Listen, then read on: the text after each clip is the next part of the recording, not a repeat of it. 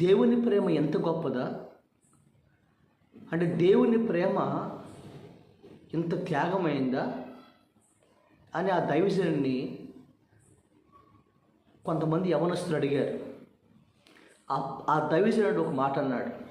ఒక ఇంట్లో ఇద్దరు తల్లులు ఉన్నారు.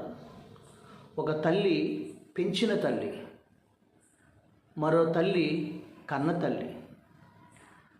ఆ ఇంట్లో ఆ కుమారుడు చక్కగా ఆడుకుంటూ ఉన్నాడు. పెరిగి ఆ చిన్న పిల్లవాడు ఒకరోజు ఆ ఇంటి బయట ఆ గ్రామంలో ఆ కుమారుడు ఆడుకుంటూ ఉన్నాడు ఇంటి ముందు.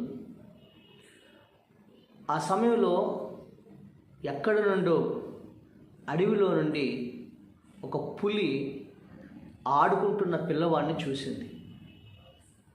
ఆ పిల్లవాడిని చూసి ఇతను నాకు ఆహారంగా దొరుకుతాడని మెల్లగా పిల్లవాడి వైపు అది వస్తూ ఉంది. పులి అది పంజ విసురుతూ దూకుతూ వస్తూ ఉంది. ఈలోపు పెంచిన తల్లి చూసింది. వెంటనే తన కుమారుడిని కేకలేస్తూ ఉంది ఇంట్లో నుండి. అరే బాబు, పులి వస్తుందిరా, నువ్వు నీ ప్రాణాన్ని కాపాడుకోవటానికి అది అక్కడ ఉన్న చెట్టు ఎక్కు, తర్వాత అదిగో దాని చాటును దాక్కో, ఇటు వచ్చి ఇటు పక్క దాక్కో, అటుపక్క వెళ్ళి దాక్కో అని ఆ తల్లి అరుస్తూ కేకలేస్తూ సలహాలు ఇస్తామని. కన్న తల్లి ఏం మాట్లాడకుండా ఆమె ఉన్న పాటని ఎలాగుందో కూడా చూసుకోకుండా ఒక పరుగున వచ్చి తన కుమారుని కౌగిట్లో పట్టేసుకుంది. ఆ పులి తన కుమారుని ఆహారంగా తిందాం వస్తున్న పులి ఆ తల్లి కౌగిట్లో ఉంటా చూసి ఆ తల్లిని పంజాతో విసిరి ఆ పంజాతో అటు ఇటు కొడతా ఉంది. కానీ ఆ తల్లి మాత్రం తన కుమారుని గట్టిగా పట్టుకుంది. ఆ పులి ఆ పంజాతో కొట్టడం వల్ల, ఆ పంజాతో చీల్చడం వల్ల ఆ తల్లికి భయంకరటువంటి ఆ రక్తస్రావం, అంటే రక్తం కారిపోతూ ఉంది. చెవులంటే ముక్కులంటే రక్తం వస్తూ ఉంది. ఆ తల్లి అనుకుంది, నాకేమైపోయినా పర్లేదు, నా కుమారుడు మాత్రం బ్రతుకుండాలి అని ఆ తల్లి గట్టిగా తన కుమారుని పట్టుకుంది. ఈ దృశ్యాన్ని ఆ గ్రామంలో కొంతమంది చూశారు. ఆ తల్లి మీద ఆ పులి దాడి చేయటం. కానీ ఆ పిల్లవాడిని గట్టిగా పట్టుకొని ఆ తల్లి పులితో పోరాటం చూశారు. ఈలోపు కొంతమంది కర్రలు తీసుకుని వచ్చి ఆ గ్రామస్తులు ఆ పులిని కొట్టి దాన్ని తరివేశారు. అయితే ఒక ఘోరమైన విషయం ఏంటంటే, ఆ తల్లి ఆ రక్తం కారిపోవటం వల్ల ఆ ప్రాంతం అంతా కూడా రక్తం అయిపోయింది. తల్లి రక్తం కారుతూ ఉంది. ఆ తల్లి ఆఖరి స్థితిలో తన కుమారుడిని చూసు తల నెరుముచు తన కుమారుడిని ఆ తల నెరవచ్చు కుమారుని ముద్దు పెట్టుకొని ఆమె ఆనందంగా చనిపోయింది. అది చూసిన గ్రామస్తులందరూ కూడా కన్నీటి పర్వంతమైనారు. దేవుని స్తోత్రం కలిగింది. పెంచిన తల్లి సలహా ఇచ్చింది, కన్న తల్లి ప్రాణం పెట్టింది. ఈ సంఘటన యవనస్తులు చెప్తున్నాడు. దేవుని ప్రేమ కూడా ఇదే.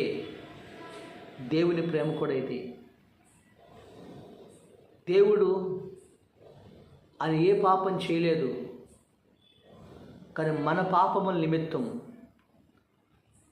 మనం చేసిన తప్పిదముల నిమిత్తం ఆయన తన ప్రాణాన్ని మన నిమిత్తం పెట్టాడు. మనకు బదులుగా తన ప్రాణాన్ని అర్పించి ఆయన మనలను బ్రతికించాడు. ఈ పులి అనే ఈ పాపము నోట్లో నుండి, ఈ సాతాను నోట్లో నుండి, మరణము నోట్లో నుండి దేవుడు మనను ఆయన విడిపించాడు. అందుకని పాపం వల్ల వచ్చే జీతము మరణం. దేవుని కృపచేత ఆయన మరణంలో నుండి మనను ఆయన దాటించి ఈరోజున సజీవుడిగా మన దేవుడు మనకు ఉంచాడు. ఆయన 2000 సంవత్సరాల క్రితం ఆయన సిలువలో ఆయన తన ప్రాణాన్ని, తన రక్తాన్ని మన కోసం, తన ప్రాణాన్ని ధారపోసాడు మన కోసం. తన రక్తమంతా కార్చాడు ప్రభు మన కోసం. యేసయ్య అది మన కోసమే, నీ కోసమే, నా కోసమే, మనందరి కోసమే. ఎందుకంటే నువ్వు మరణించకూడదని, నిత్య నాశనానికి వెళ్ళకూడదని, నిత్యము దేవుడితో ఉండాలి పరలోక రాజ్యంలో. ఆయన మరణము నుండి, పాపము నుండి నిన్ను విడిపించి తన కుమారుడుగా నిన్ను చేర్చుకున్నాడు.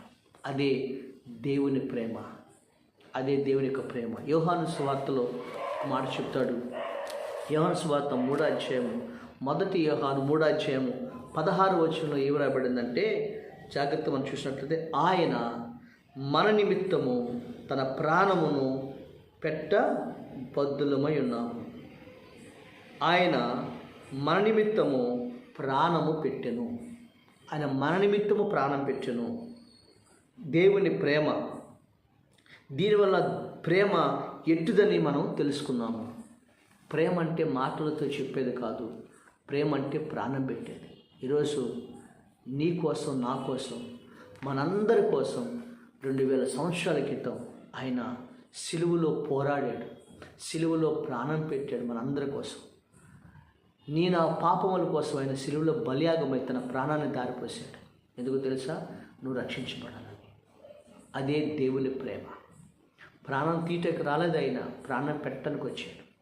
ఈరోజు ఆ యేసు ప్రభుని నీ పాపములను ఒప్పుకొని, నీవు పాపముల నిమిత్తం మరణించమని ఆ యేసు ప్రభుని ఒప్పుకుంటే, ఆ దేవుడు నిన్ను మరణం నుండి, నిత్య నరకం నుండి తప్పించి, ఆ దేవుడు నిన్ను పరలోకంలో తనతో పాటు యుగయుగాలు ఉన్నట్లుగా ఆ దేవుడు నీకు కృపను అనుగ్రహిస్తాడు. ఇప్పుడే ఆ యేసుని హృదయంలో చేర్చుకు, ఆ దేవుడు నీ జీవితాన్ని ఆశీర్వాదకరంగా మారుస్తాడు. దేవుడు ఈ మాటలు దీవించునుగాక. ప్రార్థన చేద్దాం. తండ్రి, ఈ రోజున నీ ప్రేమ ఎట్టిదో, నీ ప్రేమ ఎంత త్యాగమైనదో, అలాంటి ప్రేమ ఈ లోకంలో ఎక్కడ దొరకదు. ఈ బిడ్డలమైన అందరికీ కూడా నీ ప్రేమ ద్వారా, ఇంకా ఎవరైతే ప్రభు నేను కలిగి ఉండాలేదో వారందరూ కూడా రక్షణ పొంది నీ త్యాగాన్ని గుర్తించి నేను కలిగి ఉండి ప్రభా నరకం నుండి, మరణం నుండి తప్పించబడి నీ నిత్య జాగానికి వారసులు ఉన్నట్లుగా వాళ్ళందరినీ నీ ప్రేమలో వాళ్ళని క్షమించమని, కృప చూపించమని యేసు నామమున అడుగుచున్నాము తండ్రి. ఆమేన్. దేవుడు మిమ్మల్ని దీవించును గాక.